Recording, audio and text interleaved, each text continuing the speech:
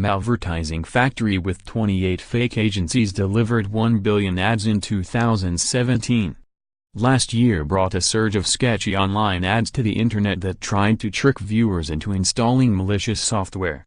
Even credit reporting service Equifax was caught redirecting its website visitors to a fake Flash installer just a few weeks after reports of a data breach affecting as many as 145.5 million U.S. consumers. Now, researchers have uncovered one of the forces driving that spike: a consortium of 28 fake ad agencies. The consortium displayed an estimated 1 billion ad impressions last year that pushed malicious antivirus software, tech support scams and other fraudulent schemes. By carefully developing relationships with legitimate ad platforms, the ads reached 62% of the internet's ad-monetized websites on a weekly basis, researchers from security firm Confiant reported in a report published Tuesday. Confiant has dubbed the consortium Zirconium. The ads were delivered on so-called forced redirects, in which a site displaying editorial content or an ad suddenly opened a new page on a different domain. Confiant CTO Jerome Danglou wrote the following in an email: "These forced redirects are a technical mechanism that can be leveraged to deliver a variety of malicious attacks, from those targeting businesses, affiliation fraud, to those targeting individual users, phishing scams, malicious downloads, fake updates etc. At a minimum, these forced redirects often make a website unusable for an everyday user, and, at worst, visitors are being directly attacked. People need to understand where the issues are coming from. Often the website owner gets blamed, even as they themselves are a victim too, and what the new risks are for them in an ad-supported internet."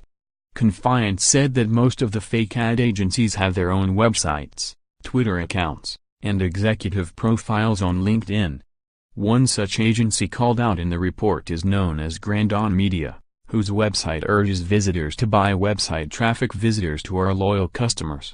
The Facebook profile for its CEO displays what appears to be a stock business photo, as did an earlier version of the CEO's LinkedIn profile. The agencies also rely on machine-generated content posted from its accounts on Facebook and Twitter.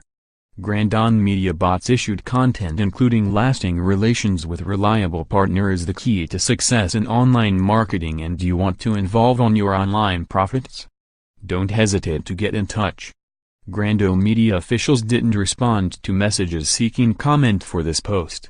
Underscoring how much work organizers put into the Zirconium, each ad agency operates with a completely different set of IT tools, including TLS servers, domain registration, and ad serving code.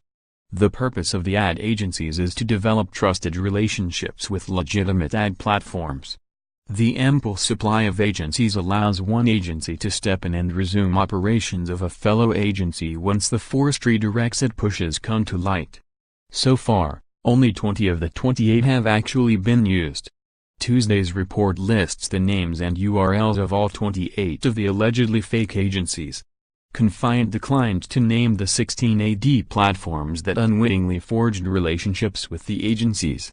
Zirconium's concept is to build independent marketing brands from scratch, en masse, Tuesday's blog post said. The vast majority of fake agencies went live in March, April 2017 according to Twitter account creation dates. At the date of this writing, 8 remain unused, ready to be leveraged when the ones currently exploited dry out. To evade detection, the servers hosting the ads perform forced redirects very selectively. Before redirecting a user, the servers attempt to fingerprint the individual's browser by taking stock of the user agent, the visiting IP address, the number of CPUs, and whether the computer is able to use WebGL.